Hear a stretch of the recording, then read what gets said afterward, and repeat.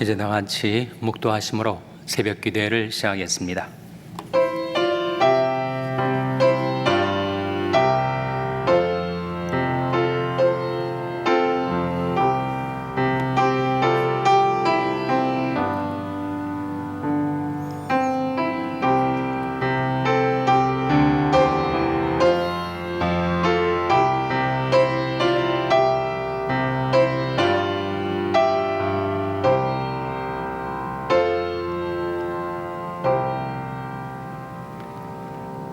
오직 너는 마음을 강하게 하고 극히 담대히 하여 나중 모세가 내게 명한 율법을 다 지켜 행하고 좌로나 우로나 치우치지 말라.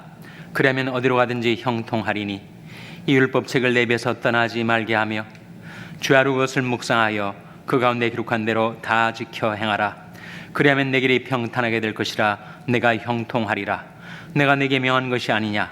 마음을 강하게 하고 담대히 하라. 두려워 말며 놀라지 말라. 네가 어디로 가든지 네 하나님 여호와가 너와 함께 하느니라. 아멘. 하나님 아버지 감사합니다. 오늘도 저희에게 생명을 주시고 또 하루의 삶을 선물하여 주셔서 하나님께 나와 경배드리게 하시고 기도와 찬송으로 주님을 섬길 수 있게 해주신 것을 감사드립니다. 저들에게 주신 하나님의 말씀, 내가 내게 명하는 것이 아니냐. 마음을 강하게 하고 담대히 하라. 두려워 말며 놀라지 말라. 네가 어디로 가든지 네 하나님 여호와가 너와 함께하느니라 하신 말씀대로 하나님이 함께하심을 믿고 마음을 강하게 하고 담대하여 하나님 저들에게 명하신 바 저들에게 깨우쳐주신 하나님의 뜻받들어 살게 하여 주시옵소서. 주님 저희와 함께하여 주시고 주님 늘 저희들을 거느리시고 주님 저희들을 앞서 행하시며 돌아보시고 저희들을 도와주시고 인도해 주시기를 바라옵고 예수와 함께하는 삶을 살게 주시옵소서. 예수님의 이름으로 기도하옵나이다. 아멘. 찬송가 444장 부르시겠습니다. 새 찬송가는 390장입니다. 444장 찬송하시겠습니다.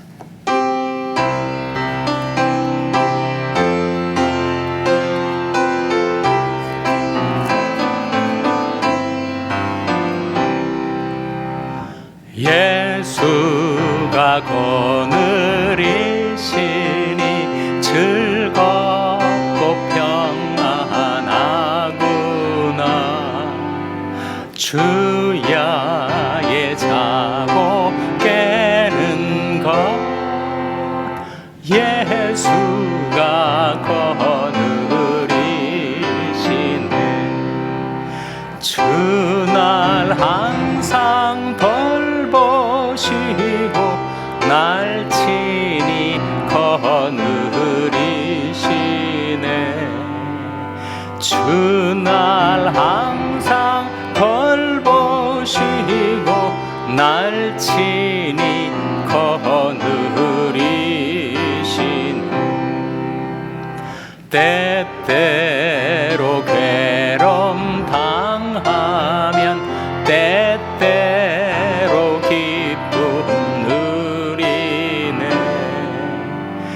풍파 중에 거느리고 평안할 때 거느리네.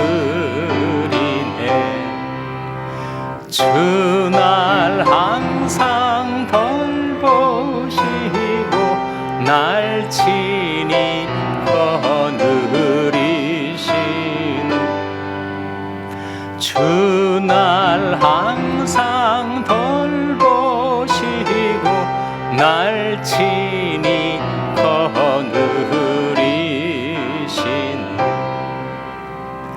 내 주의 손을 붙잡고 천국에 올라가겠네. 괴로우나 즐거우나 예수가 거느리신 주날 항상 돌보시고 날 친히 거느리신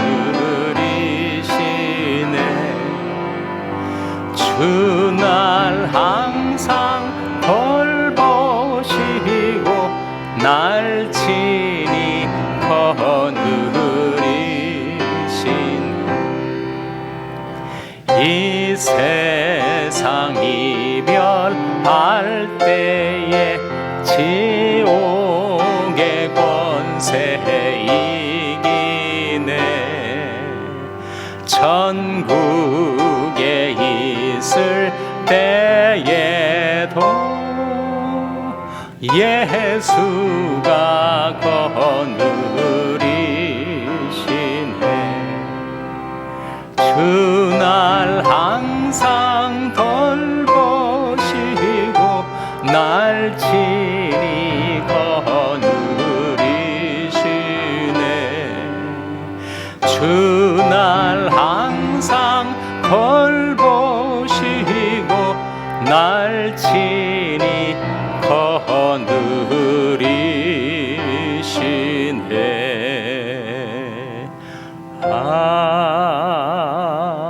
아멘. 하나님의 말씀은 누가복음 9장 51절에서 62절의 말씀입니다. 신약성경 108면 누가복음 9장 51절에서 62절의 말씀을 찾아서 교독하시겠습니다. 누가복음 9장 51절에서 62절의 말씀입니다. 예수께서 승천하실 기약이 차감해 예루살렘을 향하여 올라가기로 굳게 결심하시고 사자들을 앞서 보내심에 저희가 가서 예수를 위하여 예비하려고 사마리아인이 한 촌에 들어갔더니 예수께서 예루살렘을 향하여 가시는 고로 저희가 받아들이지 아니하는지라 제자 야고보와 요한이 이를 보고 가로되 주여 우리가 불을 명하여 하늘로 쫓아내려 죄를 멸하라 하기를 원하시나이까 예수께서 돌아보시며 꾸짖으시고 함께 다른 촌으로 가시니라 길 가실 때 혹이 여짜오되 어디로 가시든지 저는 좋으리이다 예수께서 가라사대 여우도 불이 있고 공중의 새도 집이 있으되 인자는 머리 둘 곳이 없다 하시고 또 다른 사람에게 나를 좇으라 하시니 그 가로되 나로 먼저 가서 내 부친을 장사하게 허락하옵소서 가라사대 죽은 자들로 자기 죽은 자들을 장사하게 하고 너는 가서 하나님의 나라를 전파라 하시고 또 다른 사람이 가로되 주여 내가 주를 쫓겠나이다마는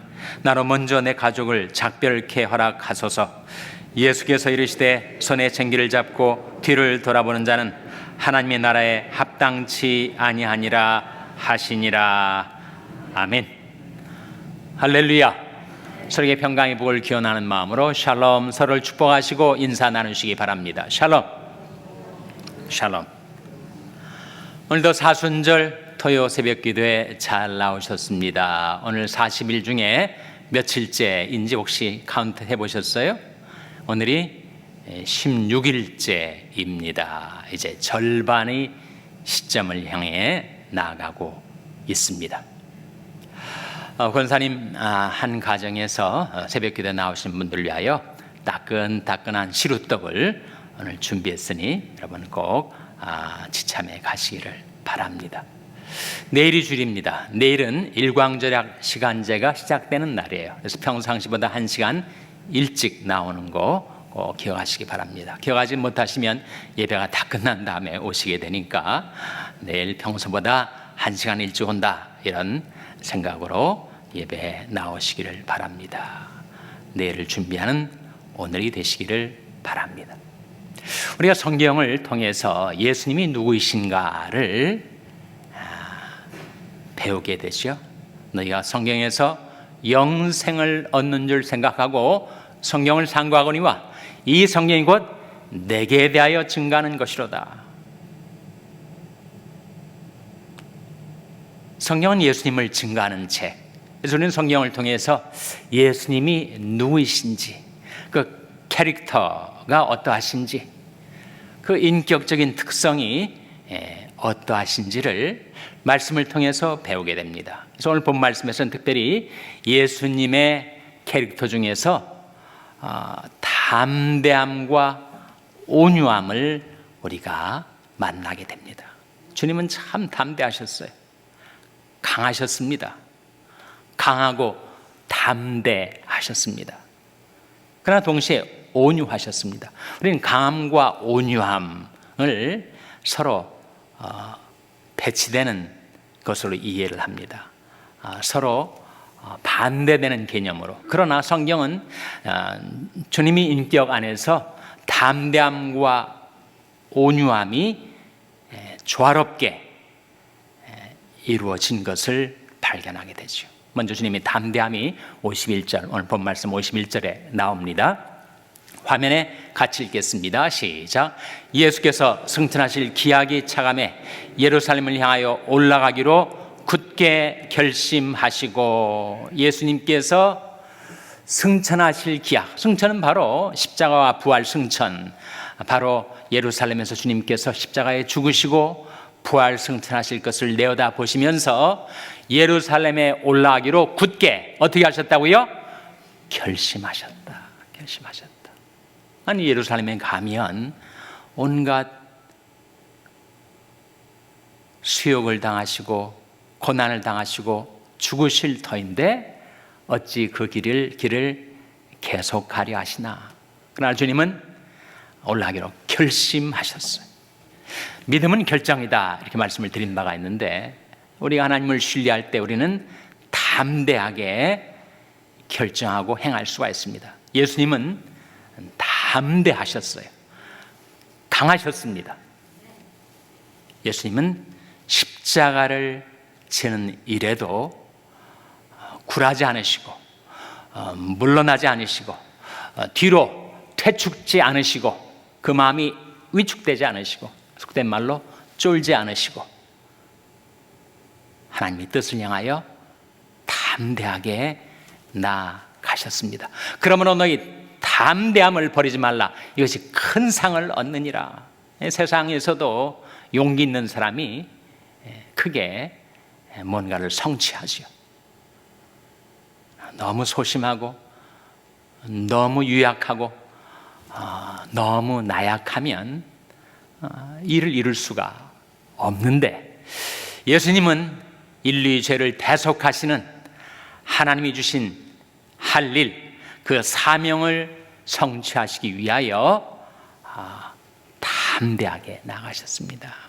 우리도 예수님을 배워서 하나님의 뜻을 받들어 사는데, 하나님의 말씀을 순종하는데 담대하게 되시기를 바랍니다. 하나님 우리에게 바라시는 바임을 여호수아 1장 9절이 이렇게 보여주고 있습니다. 화면에 나온 말씀 같이 읽겠습니다. 시작. 내가 내게 명한 것이 아니냐. 마음을 강하게 하고 담대히 하라. 두려워 말며 놀라지 말라. 네가 어디로 가든지 네 하나님 여호와가 너와 함께 하느니라 하시니라. 내가 내게 명한 것이 아니냐. 하나님이 이르신 말씀이에요. 하나님이 우리에게 뭔가를 명하셨다면 그 명하신 바를 실행하는 데 있어서 마음을 강하게 하고 담대히 하라 하시는 말씀이죠. 두려워 말며 놀라지 말라. 네가 어디로 가든지 네 하나님 여호와가 너와 함께 하느니라.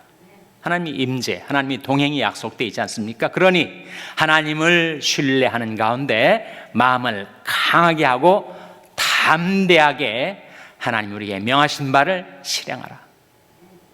정반대로 살아가는 사람도 있죠.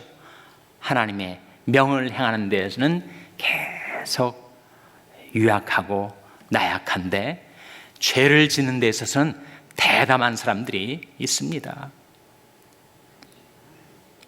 정반대로 우리는 하나님의 명하신 바를 행하는 데 있어서는 대담무쌍하고, 죄를 짓는 데 있어서는 무서워 피하고. 욥이 그렇게 살지 않습니까? 나는 하나님의 재앙을 심히 두려워하며 그의 두려운 위험을 인하여 아무것도 할 수 없느니라. 하나님을 두려워하고 하나님을 경외했던 욥은 죄를 짓는 데 있어서는 나는 너무 무력하다, 아무것도 할 수 없다. 하나님께서 하나님의 말씀을 순종하는데, 하나님의 뜻을 받들어 행하는데, 하나님 우리에게 명하신 바를 행할 때는 강하게 하고 담대히 하라, 이렇게 말씀해 주신 것입니다. 이 본 말씀에 주님의 담대함과 더불어 주님의 온유함이 나옵니다. 지금 갈릴리를 떠나 사마리아를 통과하여 예루살렘으로 향하시는 그 여정에 그 사마리아 한 촌에 들어가셨거든요. 근데 사마리아 사람들이 유대인들을 경원시했기 때문에 예수님의 일행을 받아들이려고 하질 않았어요. 그러자 예수님이 제자들 중에서 정말 열혈 청년이었던 혈기 등등했던 요한하고 야고보, 둘 다 형제지간이죠. 별명이 있었습니다. 이들의 별명이 뭐죠? 요한과 야고보의 별명이 보아너게. 보아너게란 말은 우레의 아들. 우르렁거리면서 살았으니까 너무 혈기가 방장해가지고, 아니 자기들을 사마리아촌에 받아들이지 않는다고 엘리야처럼 하늘에서 불이 내려서 저 사람들을 다 태워 죽이리까, 이렇게 예수님한테 물었던 거예요.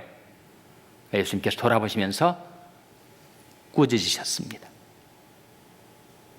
다른 사본에는 바로 이 말씀의 각주 풋노트에 어떻게 나오느냐면, 너희가 무슨 영으로 그런 말을 하는지 모르겠구나, 예수님께서 책망하셨어요. 무슨 영으로, 무슨 스피릿으로, 하나님이 우리에게 주신 스피릿이 무엇인데 그렇게 혈기를 내고 분노를 하고 남을 정죄하고 죽이려 드느냐, 이러한 책망이죠. 하나님이 우리에게 주신 스피릿이 있습니다. 디모데후서에 나온 말씀인데, 하나님이 우리에게 주신 것은 두려워하는 마음이 아니요 오직 능력과 사랑과 근신하는 마음이니, 그 마음이 바로 푸뉴마, 영을 말하거든요. 하나님께서 우리에게 영을 주셨는데 두려워하는 영, 공포의 영, 무서워 질리는 영이 아니고 우리에게 능력과 담대함의 영을 주시고 또 온유와 사랑의 영을 주셨다는 거예요.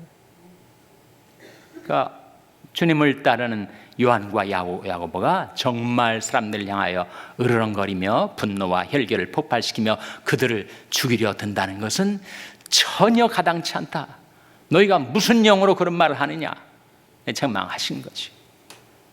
우리는 분노와 혈기 영을 받은 자들이 아니라 온유와 겸손의 영을 받은 자, 예수의 영이 바로 그 영이라 하는 겁니다. 마태복음 11장 29절에 화면에 나온 말씀 같이 읽겠습니다. 시작. 나는 마음이 온유하고 겸손하니 나의 멍에를 메고 내게 배우라. 그러면 너희 마음이 쉼을 얻으리니. 예수님께서 나는 마음이 온유하고 겸손하다. 우리가 받은 예수의 영, 그리스도의 영도 온유하고 겸손하신 영이죠. 근데 순간 지금 다른 영에 사로잡힌 자처럼 요한과 야고보가 으르렁거리면서 사람들을 불로 태워 죽일 생각까지 했으니 정말 주님에게서부터 멀어져도 한참 멀어져 있었던 거죠. 그래서 우리 주님은 담대하시면서 온유하셨습니다. 우리는 온유하면 유약하다 이렇게 생각하기가 쉬운데 그렇지 않습니다. 성경이 말하는 온유는 결코 유약, 나약이 아니고 강하고 담대함과 함께하는 겁니다. 구약성경 속에서 정말 가장 온유했던 한 인물이 있죠. 누굽니까? 바로 모세 아닙니까? 민수기에서 보면 모세를 가리켜서 이 사람 모세는 그 온유함이 온 지면에 승하더라. 이 땅에 가는 모든 사람들보다 모세가 온유한 사람이었어요. 그러나 모세가 온유했지만 유약하진 않았습니다. 모세는 강력한 캐릭터를 지닌 인물 아니었습니까? 만난을 극복하고 이스라엘 백성을 애굽에서부터 구출해내고 가나안 땅으로 인도했으니 정말 모세보다 강한 사람이 없죠. 그런데 성경은 온유한 자라고 모세를 일컬었으니 강함과 온유함이 함께 있는 건 아니겠어요? 예수님이 그리하셨다는 겁니다. 예수는 강하셨지만 온유하셨습니다. 담대하셨지만 온유하셨어요. 그 주님을 우리가 섬기며 따르고 있습니다. 이 말씀 바로 다음에 세 사람이 예수님을 쫓겠다. 그렇게 하는데 다 변명이 있었어요. 첫 번째 사람은 주님이 어디로 가시든지 내가 주님을 쫓겠습니다. 그러더니 갑자기 예수님께서 여우도 둥지가 있고 여우도 굴이 있고 공중의 새도 깃들 것이 있지만 인자는 머리 둘 것이 없다. 왜 그리 하셨을까요? 이 첫 번째 사람은 어떤 부류냐 하면 조급한 사람, 성급한 사람, 뭔가 주님을 따르면 세상에서 영화 부귀를 얻을 수 있을 것처럼 생각했는지 어디로 가든지 내가 따르겠습니다. 하나님의 일꾼들은 하나님이 지명하여 불러주셔서 세워주는 거지 자기가 나서서 내가 하겠다라고 일꾼이 되는 게 아니죠. 주님은 그렇게 말씀하신 것입니다. 어디로 가든지 내가 주님을 쫓겠습니다 라고 하는 자에 대해서는 여우도 굴이 있고 공중의 새도 깃들 집이 있지만 인자는 머리 들 것이 없다. 주님을 정말 따르려 한다면 소유에 있어서의 자유가 있어야 된다. 그렇게 말씀하신 것이죠. 둘째로 두 번째 사람은 이렇게 말했습니다. 내가 주님을 쫓기는 좋겠습니다만 제가 저희 아버지가 돌아가셨으니 부친을 장례하고 나서 주님을 따르겠습니다. 그런데 주님이 하신 말씀이 죽은 자들로 죽은 자들을 장사하게 하고 너는 가서 하나님의 나라를 전파하라 이렇게 말씀하셨단 말이죠. 아들이 돌아가신 부친이 장례를 치르는 것은 마땅한 본분 아니겠어요? 주님께서 죽은 자들로 죽은 자들을 장사하게 하고 했을 때 첫 번째 죽은 자들은 누구고 두 번째 죽은 자들은 누굴까요? 첫 번째 죽은 자들은 죄와 허물로 죽은 자들, 영적으로 죽은 세상 사람들. 두 번째 죽은 자는 신체적인 죽음을 가리킵니다. 그래서 죽은 자들로 죽은 자들을 장사하게 하고 너는 가서 하나님 나라를 전파하라 하신 말씀은 부모를 공경하는 도를 버리라는 말씀이 아니고 주님의 제자도 주님을 따르는 제자의 우선순위를 말씀하는 것이요. 우리가 세상에서 여러 가지 감당해야 될 의무들이 있지만 그 어떤 의무보다도 주님을 따르는 것, 주님이 나라와 의를 먼저 구하는 것, 그것이 우선순위로 와야 하는 것이다. 그것을 일깨워주는 거죠.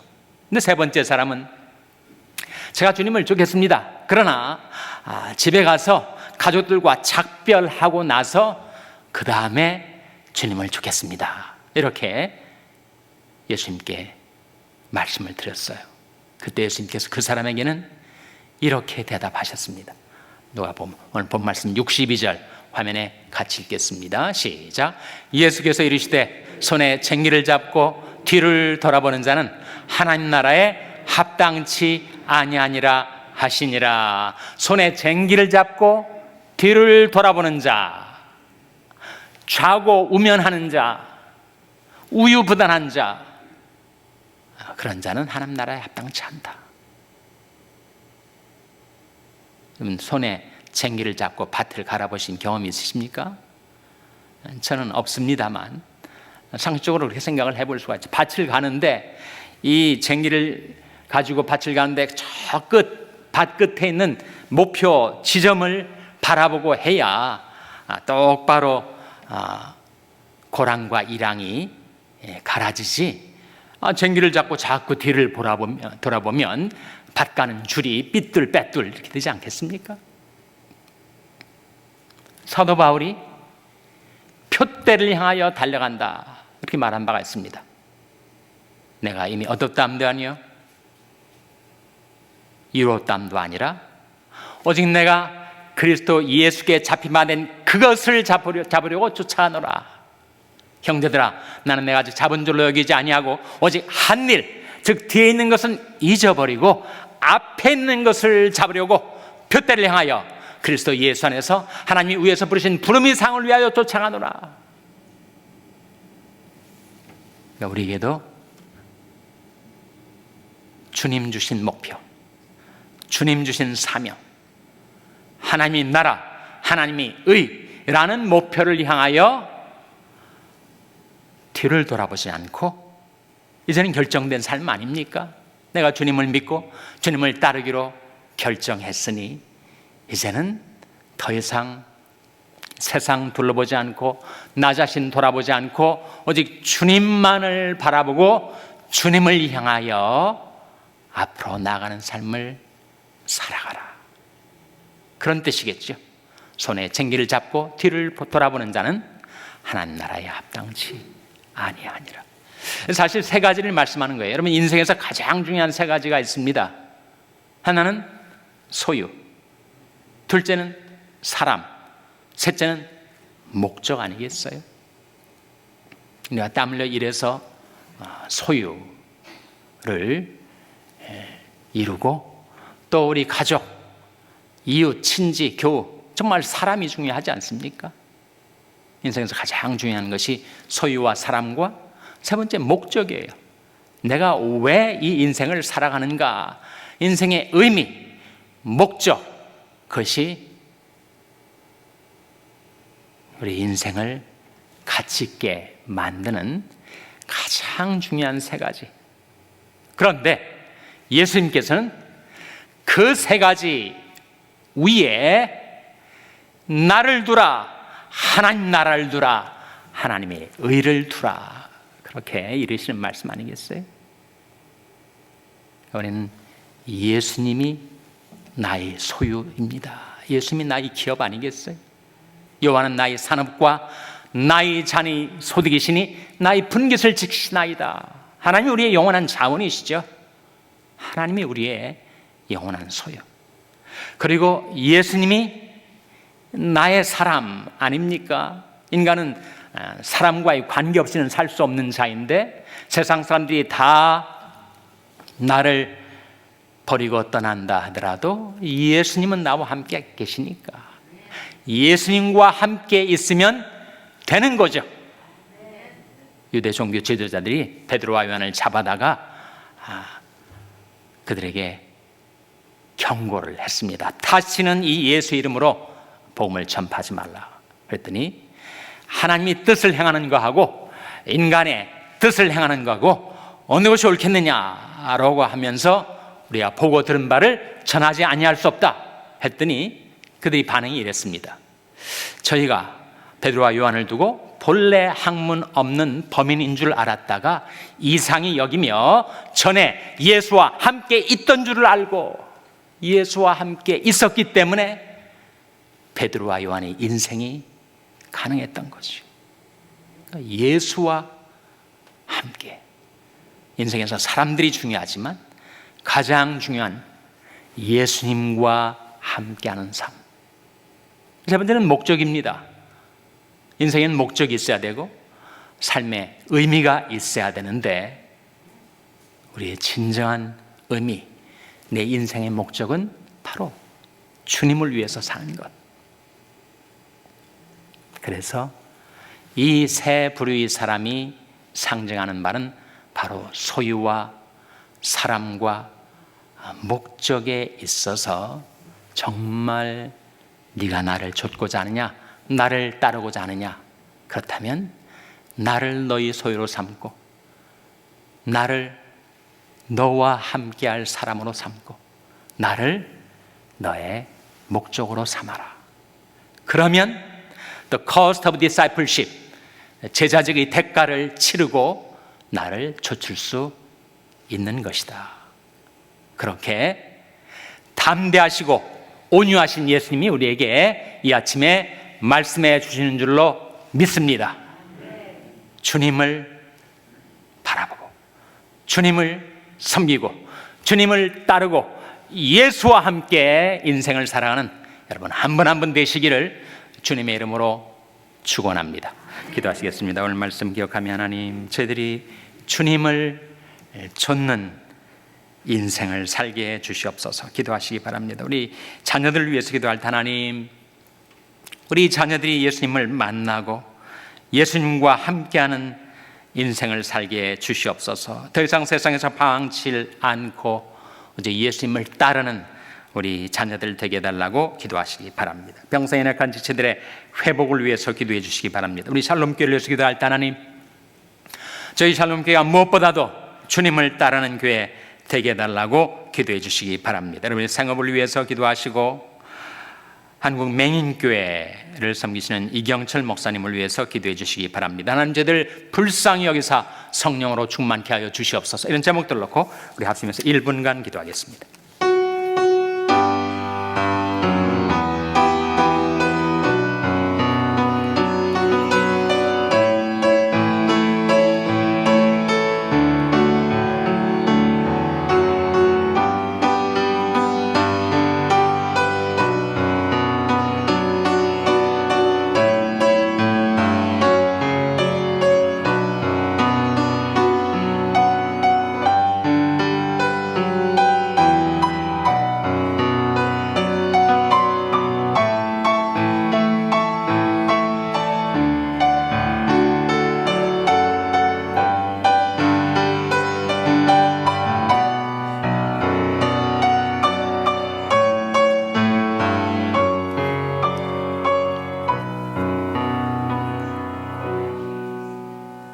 사랑해 주님, 저들에게 이르신 말씀, 아무든지 나를 따라 오려거든 자기를 부인하고 날마다 제 십자가를 지고 나를 좇을 것이니라 하셨사오니, 저들이 주님을 따르고 주님과 함께 살고 그래서 주님을 닮아가는 저들의 삶이 되게 하여 주시옵소서.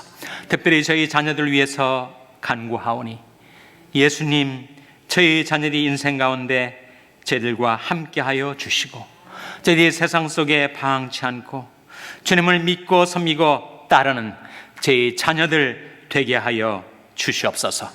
이 모든 말씀 예수님의 이름으로 기도하옵나이다. 아멘. 하늘에 계신 우리 아버지여, 이름이 거룩히 여김을 받으시오며 나라 임하옵시며 뜻이 하늘에서 이룬 것 같이 땅에서도 이루어지이다. 오늘날 우리에게 일용할 양식을 주옵시고 우리가 우리에게 죄 지은 자를 사하여 준 것 같이 우리 죄를 사하여 주옵시고 우리를 시험에 들게 하지 마옵시고 다만 악에서 구하옵소서. 대개 나라와 권세와 영광이 아버지께 영원히 있사옵나이다. 아멘.